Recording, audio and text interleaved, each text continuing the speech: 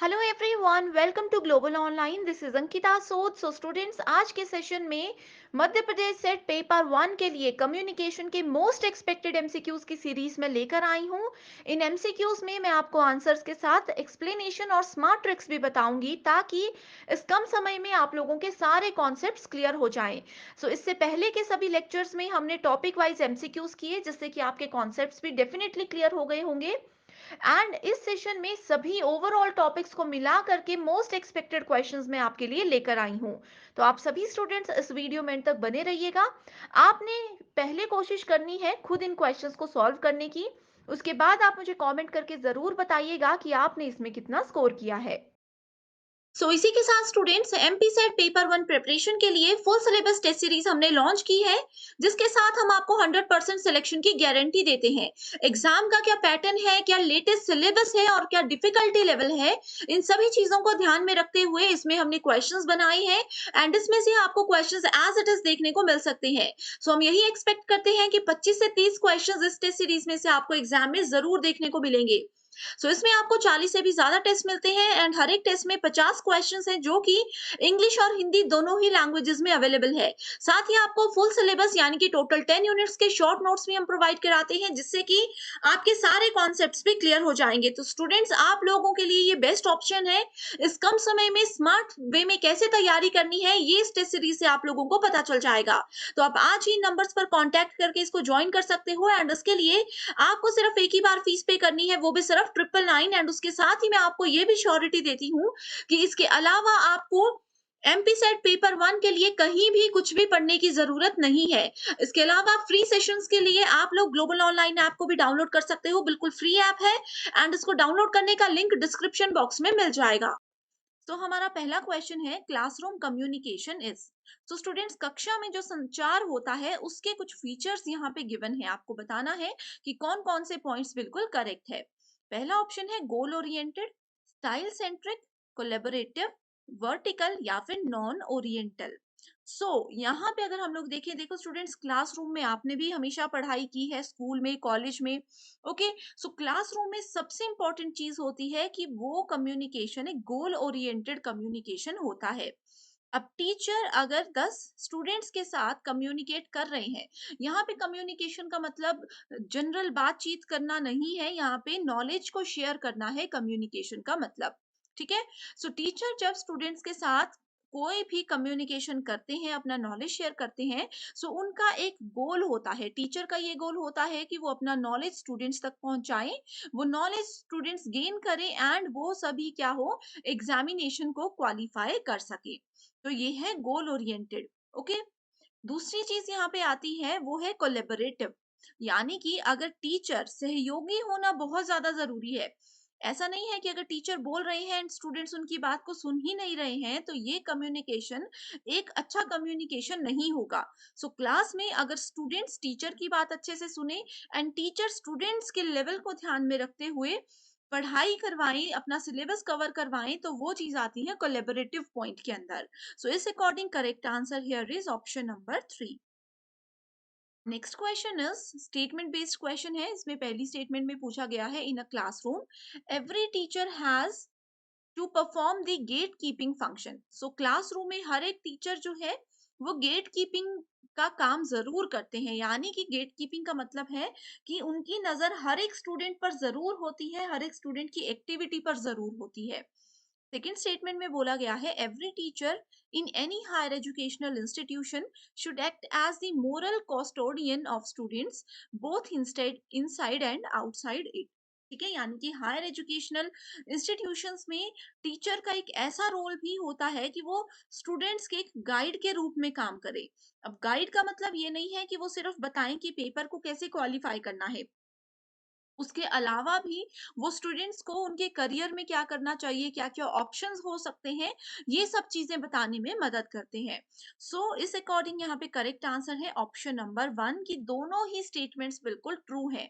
Students, इस तरह के ना बेसिक कॉन्सेप्ट्स जो होते हैं क्लासरूम कम्युनिकेशन से, वो हमेशा एग्जाम में आते हैं। वहां पे आपको अपने पॉइंट ऑफ व्यू से जो चीजें हैं उस हिसाब से आंसर नहीं देना है, आपको जनरली देखना है कि जनरली लोगों को क्या लगता है कि ये क्या इस सिचुएशन में क्या आंसर हो सकता है। तो अगर ऐसा करोगे तो डबिंग से, जिसमें कि एक तरफ कम्युनिकेशन बैरियर्स की बात की गई है एंड वहीं दूसरी तरफ उनके डिस्क्रिप्शन दी गई है। One of the most important topic, हर साल हर शिफ्ट में एक क्वेश्चन यहाँ से जरूर आता है। तो 4 टाइप्स होते हैं बैरियर के: physical, psychological, language and cultural. Okay, so physical barrier क्या होते हैं? फिजिकल बैरियर होते हैं इनऑडिबल वॉइस की वजह से। ठीक है, इसके यहाँ पे डिस्क्रिप्शन दी गई है, डायरेक्ट ये मेन पॉइंट्स इसके बताए गए हैं। अब देखो, एक पर्सन अगर इंडिया में है एंड दूसरा पर्सन किसी दूसरी कंट्री में है, तो वहां पे क्या हो सकता है कि उन लोगों की एक दूसरे की आवाज नहीं आ पाएगी, फोन कॉल भी कई बार कनेक्ट नहीं हो पाते हैं, तो ये होता है physical barrier. Then we have psychological barrier, जिसमें कि प्री डिस्पोज नोटेशंस होती हैं। लैंग्वेज बैरियर क्या होता है? इसमें डिफरेंट अंडरस्टैंडिंग्स होती है, यानी कि अगर बहुत से स्टूडेंट्स ऐसे हो सकते हैं शायद जो कि हिंदी में नहीं पेपर वन की तैयारी करते, उनको हिंदी लैंग्वेज समझ नहीं आती, तो ये कम्युनिकेशन में लैंग्वेज बैरियर है। Okay, next we have is cultural barrier, जिसमें कि स्टीरियोटाइप्स होते हैं, तो जिनका कल्चर ही डिफरेंट है तो वो वैसे ही एक दूसरे की बात नहीं समझ पाते, एक दूसरे से बातचीत इजीली नहीं कर सकते। Next question is, what communication for educational purpose takes place? The sequence of elements is. So, जब भी किसी एजुकेशनल पर्पस के लिए हम कम्युनिकेट कर रहे हैं, तो उसमें एक सीक्वेंस होता है कि कैसे हम एक पर्सन दूसरे पर्सन तक अपनी बात पहुंचा सकता है। तो सबसे पहले वहां पे आप लोगों के पास क्या आता है? सोर्स आता है, देन आता है encoder, then message, decoder and feedback. ठीक है, तो सोर्स का क्या मतलब हो गया कि कैसे आप बात करेंगे। अब देखिए, मैं हूं, ठीक है, मेरे पास सोर्स नहीं है, मेरे पास नॉलेज बहुत ज्यादा है, लेकिन मेरे पास कुछ ऐसा तरीका नहीं है, कुछ ऐसा स्रोत नहीं है जिसकी मदद से मैं अपने स्टूडेंट्स तक अपने नॉलेज शेयर कर सकूं। तो अगर मेरे पास सोर्स है, अगर मेरे पास इंटरनेट को एक एग्जांपल लेते हैं सोर्स का, इंटरनेट है, तो मैं क्या करूंगी? अपने मैसेज को शेयर करने के लिए रेडी हो जाऊंगी। ठीक है, फिर एनकोडर है, यानी कि मैं भी रेडी हूँ, इंटरनेट भी मेरे पास है। उसके बाद मैं मैसेज को तैयार करूंगी, मैसेज तैयार करके मैंने किस तक पहुंचा दिया? स्टूडेंट्स तक पहुंचा दिया, तो आप लोग हो गए डिकोडर्स। एंड आप लोग जैसे कमेंट्स करके हमें बताते हो कि यस ये वीडियो हमें पसंद आई या नहीं आई, या आपकी कोई रिक्वेस्ट होती है किसी टॉपिक को लेकर के, तो वो सब चीजें क्या आ जाती हैं? वो सब चीजें आ जाती हैं फीडबैक के अंदर। तो इस तरह से आपको ये सीक्वेंस याद रखना है। हमेशा याद रखिए कि फीडबैक हमेशा एंड में ही आता है, बीच में या स्टार्टिंग में कभी भी फीडबैक आपको नहीं मिलेगा। Okay, next question is, a teacher who encourages students participation in communication will ensure। सो एक ऐसा टीचर जो कि स्टूडेंट्स को प्रोत्साहित करते हैं, ठीक है, स्टूडेंट्स की भागीदारी को वो प्रोत्साहित करते हैं कम्युनिकेशन में, तो उससे क्या सुनिश्चित वो करेंगे? Opposite views, self system, class performance, professional development, या फिर बाइनरी डिस्ट्रैक्शंस। बहुत इंपॉर्टेंट क्वेश्चन है। अब देखो स्टूडेंट्स, हमेशा ना टॉपिक वही रहता है, थोड़ा क्वेश्चन को पूछने का तरीका डिफरेंट हो जाता है। सो यहाँ पे अगर हम देखें, सेल्फ सिस्टम यानी कि स्व प्रणाली क्या है? अब देखो, एक टीचर ने किसी स्टूडेंट को कुछ सिखाया होगा, ठीक है, टीचर ने अपने 100% एफर्ट्स, 100% नॉलेज स्टूडेंट को दे दिया, स्टूडेंट ने उसमें से 90% नॉलेज को कैप्चर कर लिया, एंड देन उन्होंने क्या किया? किसी किसी भी कंपटीशन में पार्टिसिपेट किया एंड अपना 70% रिजल्ट वहां पे वो लाए। तो इसमें क्या किया? टीचर ने ही स्टूडेंट को एनकरेज किया, उनके पार्टिसिपेशन को एनकरेज किया। तो सबसे पहले उनका सेल्फ सिस्टम वहां पे आता है। ठीक है, एक स्टूडेंट के सेल्फ सिस्टम को, टीचर के सेल्फ सिस्टम को यहाँ पे इंक्लूड किया जाता है।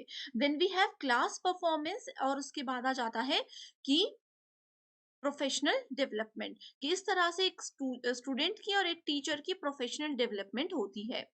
Next question is communication barrier. So students, यहाँ पे इस क्वेश्चन का आंसर मैं आप लोगों को नहीं देने वाली हूँ। ठीक है, यहाँ पे देखो, अभी हमने प्रीवियस क्वेश्चन में ही ये सभी टाइप्स डिस्कस किए थे। अब इसको आप लोग अच्छे से पढ़िए, वीडियो को पॉज कीजिए और इसका आंसर देख के मुझे कमेंट कीजिए। अगर आपका आंसर सही होगा या गलत होगा, जो भी है, मैं आपको कमेंट करके जरूर बताऊंगी। So next question we have, when communication enhances the interaction of learners। So communication जब लर्नर्स की, यानी कि स्टूडेंट्स की इंटरेक्शन को, उनकी भागीदारी को बढ़ा देता है, तो वो कौन सा कम्युनिकेशन होता है? वो साइकोलॉजिकल यानी कि मनोवैज्ञानिक कम्युनिकेशन होता है। साइकोलॉजिकल कम्युनिकेशन में क्या क्या चीजें इन्वॉल्व होती हैं? उसमें किसी स्टूडेंट का माइंड यानी कि दिमाग और उनका बिहेवियर यानी कि उनका स्वभाव, ये दोनों चीजें उसमें इंक्लूडेड होती हैं। Okay, next question is statement based question है, signs and symbols have internal relationships to produce meanings. So symbol और साइन यानी कि जैसे हम लोग बात करते हुए हम लोग मुंह से तो बोल ही रहे हैं, तो वो क्या हो गए? वर्ड्स हो गए। लेकिन यहाँ पे साइन और सिंबल की बात की गई है, यानी कि हम लोग हाथों से इशारे करके या फिर कोई पिक्चर दिखा करके किसी दूसरे पर्सन को कोई बात बताते हैं, तो वो क्या करते हैं? मीनिंग को प्रोड्यूस करते हैं। Next statement is, this is possible because of a network of signs through such relations. This is possible because of network of signs through such relations. ठीक है, सो ये जो साइंस और सिंबल के बीच में इंटरनल रिलेशनशिप्स होते हैं, इसकी वजह से ही उनके मीनिंग को प्रोड्यूस कर पाना, उनके अर्थ को निकाल पाना, उत्पन्न कर पाना जो है वो संभव होता है। सो करेक्ट आंसर यहाँ पे है option number 1, that is statement 1 and 2 are true. Next question again types of communication से है, इंट्रापर्सनल, इंटरपर्सनल, ग्रुप कम्युनिकेशन या फिर मास कम्युनिकेशन। सो स्टूडेंट्स यहाँ पे देखो, आप लोगों को अगर आपने मेरे प्रीवियस लेक्चर्स देखे हैं तो मैंने बताया है इंट्रापर्सनल होता है जो एक पर्सन अपने आप से ही बातें करते हैं। अब अपने आप से बातें करने का मतलब क्या होता है कि कई बार कोई रिहर्सल कर रहे हैं, वो शीशे के सामने कुछ प्रैक्टिस कर रहे हैं, या फिर हम लोग मन में कुछ सोचते हैं, ये सब चीजें आती है इंट्रापर्सनल यानी कि अपने आप से कुछ बात करना। Then we have interpersonal communication. Interpersonal में एक पर्सन किसी दूसरे पर्सन से बात करता है, यहाँ पे सिर्फ दो ही लोग होते हैं। Then we have group communication. Okay, so group communication में क्या होता है? बहुत सारे लोग होते हैं एंड सभी लोग क्या करते हैं? पार्टिसिपेट करते हैं। सभी लोग उस वाली बातचीत में पार्टिसिपेट करते हैं, उसमें सबको बोलने का अधिकार होता है। किसी पर्टिकुलर टॉपिक पे कोई भी टॉपिक आपको दे दिया जाएगा, उस पे आप लोग बात करोगे। मास कम्युनिकेशन क्या होता है? मास कम्युनिकेशन में एक पर्सन बहुत बड़ी ऑडियंस को एक मैसेज एक साथ देता है। इसके एक एग्जांपल है टीवी न्यूज चैनल। जैसे न्यूज में क्या होता है, लाखों करोड़ों लोग एक जगह बैठ के एक टीवी से एक ही पर्सन से कुछ न्यूज़ सुन रहे हैं, या फिर आप लोगों ने देखा होगा जो नेता होते हैं उनके भाषण होते हैं, ये सब चीजें आती हैं मास कम्युनिकेशन के अंदर। मास का मतलब होता है जहाँ पे बहुत सारे लोग जुड़े हुए हों, बहुत सारे लोग उस समय पे वहां पे उपलब्ध हों। ठीक है, सो अब देखो, विद इन वन सेल्फ मतलब इंट्रापर्सनल। सो फर्स्ट को अगर 4 से मैच करोगे सो करेक्ट आंसर है, इसी से आपको करेक्ट आंसर मिल जाता ऑप्शन नंबर 4। बाकी ऑप्शंस तक हम गए ही नहीं, राइट?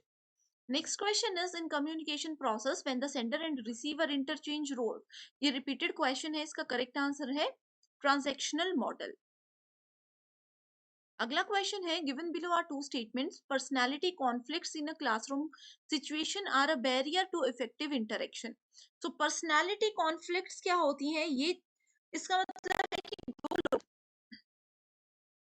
अब क्लासरूम में दो स्टूडेंट्स है ए एंड बी, ठीक है, दोनों में पर्सनैलिटी कॉन्फ्लिक्ट हो सकता है। किस चीज को लेकर के? उनके स्टाइल को लेकर के, उनके एथिक्स यानी कि उनके नैतिकताओं को लेकर के, उनके वैल्यूज को लेकर के, उनके रूल्स को लेकर के। अब एक पर्सन अगर बोलता है कि ये पर्टिकुलर बॉक्स जो है खाली है, इस तरह से आप इसको मानकर चल सकते हो, ठीक है। अब जैसे पर्सन ए बोलता है कि ये वाला बॉक्स आधा खाली है, पर्सन बी बोलता है कि आधा भरा है, तो क्या है? ये पर्सनालिटी कॉन्फ्लिक्ट का एक छोटा सा एग्जांपल है यूजीसी नेट के कम्युनिकेशन के हिसाब से। ठीक है, सो यहाँ पे सेकेंड स्टेटमेंट बोलती है, interpersonal communication is invariably considered the best solution in classroom environment। so interpersonal communication यानी कि एक आदमी सिर्फ एक किसी अलग एक आदमी से बातचीत करता है, ये इनवेरिएबली जो है एक बेस्ट सॉल्यूशन होता है क्लासरूम कम्युनिकेशन का। तो ऐसा तो नहीं है अब क्लासरूम में इतने सारे बच्चे हैं, 50 बच्चे अगर एक क्लासरूम में हैं, तो ऐसा तो नहीं है कि एक पर्सन किसी एक से ही बात करेगा। 5-6 लोगों का ग्रुप होते हैं तो वो आपस में भी बात करते हैं। ठीक है, सो इसी वजह से सेकंड स्टेटमेंट बिल्कुल इनकरेक्ट है and fourth statement is correct. Next question is efficacy of written communication depends on.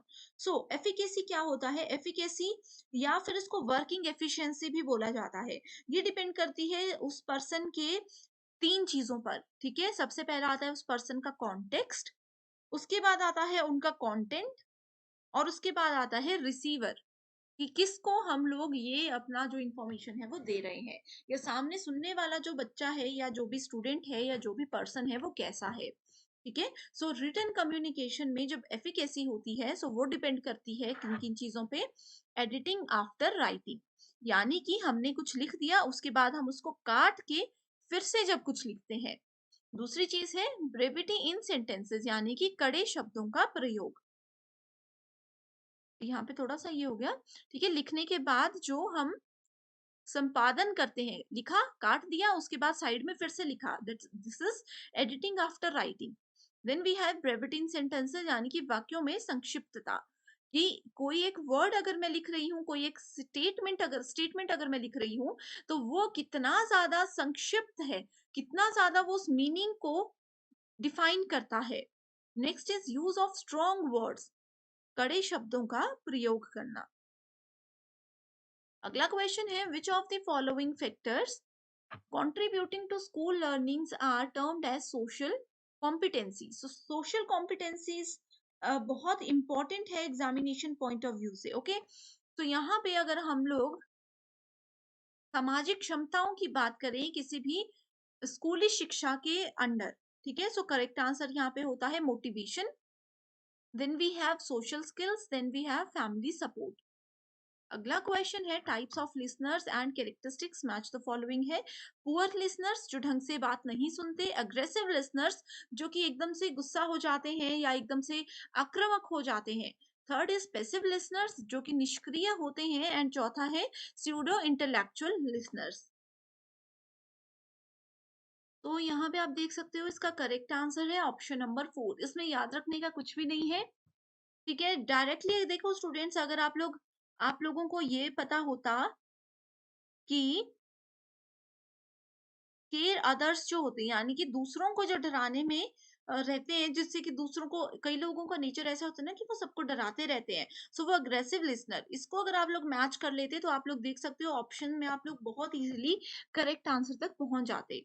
Next is the domain of media appeal addresses the issues related to, direct statement है related to emotions. Next question synchronous communication takes place through which of the following technologies. तो synchronous communication क्या होता है ये students आप लोगों को पता होना चाहिए। दो या दो से ज्यादा लोग अगर एक साथ एक समय पे बात कर रहे हैं, लाइव इंटरचेंज कर रहे हैं कम्युनिकेशन को, उसको सिंक्रोनस कम्युनिकेशन बोला जा सकता है। सो वो वीडियो चैट में भी होता है, ठीक है, वर्चुअल क्लासरूम में भी होता है, ऑडियो कॉन्फ्रेंसिंग में भी होता है। अब देखो विकीपीडियाज विकीज अगर हम बात करें तो इसमें ये फैसिलिटी नहीं होती। इलेक्ट्रॉनिक मेल यानी कि ईमेल आप लोगों ने किया होगा, ठीक है, तो उसमें भी नहीं होती। अगर सिंपल यहाँ पे देखो वीडियो चैट लिखा है, अगर सिर्फ चैट लिखा होता तो उसमें भी वो भी सिंक्रोनस की कैटेगरी में नहीं आता। क्यों नहीं आता? क्योंकि देखो मान लीजिए मैंने आप लोगों को अभी मैसेज किया, आप मुझे 10 मिनट के बाद रिप्लाई करते हो, फिर मैं आपको अगले 20 मिनट के बाद रिप्लाई करती हूँ, तो वो एक साथ कम्युनिकेशन नहीं हो पाती। लेकिन वीडियो चैट, वर्चुअल क्लासरूम और ऑडियो कॉन्फ्रेंसिंग में हम आमने सामने होते हैं, एकदम से मैंने कुछ बोला, एकदम से आप लोगों ने रिप्लाई कर दिया, ठीक है। Next question is which of the following will make a student a good listener in the classroom. एक स्टूडेंट को, अब आप लोग स्टूडेंट हो, ठीक है, आप लोग एक अच्छे श्रोता कब बनोगे? आपको एक अच्छा श्रोता मैं कब बोलूंगी? एबिलिटी टू डिफ्लेक्ट अटेंशन, यानी कि ध्यान हटाने की क्षमता, कंसंट्रेशन अगर आपकी होती है, डिजायर टू अंडरस्टैंड, अगर आप लोग सच में सीखना चाहते हो तो आप लोग एक अच्छे लिसनर होंगे। Emotional outburst, humanity to know and ignoring the other side. So ये देखो स्टूडेंट्स, यहाँ पे करेक्ट आंसर है बी, सी एंड ई। आप लोगों की एकाग्रता इंपॉर्टेंट है, अगर आप मेरी वीडियो अच्छे से सुन रहे हो तो आपको जरूर इसके सारे कॉन्सेप्ट्स क्लियर हो जाएंगे। डिजायर टू अंडरस्टैंड, अगर सच में आप समझने की इच्छा रखते हो, इंटरेस्ट के साथ यूजीसी नेट की कोचिंग ले रहे हो, तो डेफिनेटली आप समझोगे। And ignoring the other side, यानी कि आपके पीछे कोई गाने चल रहे हैं, कोई कुछ बोल रहा है, आप लोग उन सब चीजों को इग्नोर करते हुए क्या कर रहे हो? सिर्फ और सिर्फ क्लासरूम में जो चल रहा है उस पर ध्यान दे रहे हो। सो आप एक अच्छे श्रोता हो। आप में से कौन कौन स्टूडेंट है कमेंट करके मुझे जरूर बताइएगा। एंड इसी के साथ स्टूडेंट्स, आप लोगों को और किस टॉपिक पर इस तरह से पीवाईक्यू चाहिए, आप मुझे कमेंट कीजिए। या आप चाहते हो यूजीसी नेट पेपर 1 या पेपर 2 से रिलेटेड कोई भी क्वेरी है, कोई भी इंफॉर्मेशन आपको चाहिए, मुझे कमेंट कीजिए, मैं डेफिनेटली आपकी हेल्प करूंगी। So next we have poor listener. ये देखो स्टूडेंट्स, फिर से रिपीटेड क्वेश्चन है, तो इसका करेक्ट आंसर है option number D. Next question is communication activities of learners fall into domains consisting of. तो कम्युनिकेशन एक्टिविटीज है अगर लर्नर्स की, दो स्टूडेंट्स अगर आपस में बात कर रहे हैं तो वो किस किस डोमेन को ध्यान में रखेंगे? Perception, groupism, interpersonal skills, regressive behaviour या फिर इंटरपर्सनल रिलेशनशिप्स। सो यहाँ पे अगर हम लोग देखें, सो करेक्ट आंसर है ए, सी एंड ई ओनली। ठीक है, यानी कि किसी स्टूडेंट की धारणा, अंतर व्यक्तिगत कौशल एंड पारस्परिक संबंध। Next question is, given below are two statements, assertion and reason. New media enhance the opportunity to extend the learning environment unheard or before of before. ठीक है, यानी कि जो नया मीडिया है, जैसे अभी आप लोग क्लासेस, पहले ऑफलाइन कोचिंग होती थी, आपको रोज घर से जाना पड़ता था, लेकिन अब क्या हो रहा है? अब हो रहा है कि आप लोग घर बैठे बैठे कोचिंग ले रहे हो, ऑनलाइन लाइव क्लासेस देख रहे हो, तो ये न्यू मीडिया है। ठीक है, इसने क्या किया? आपकी लर्निंग को एक्सपेंड कर दिया। रीजन ये है कि learners can design their own learning process, तो वो अपने हिसाब से अपनी सीखने की प्रक्रिया को डिजाइन कर सकते हैं, यानी कि वो अपना टाइम टेबल, अपना शेड्यूल खुद से सेट कर सकते हैं। सो करेक्ट आंसर क्या है? Option number 1, that is both A and R correct, and are.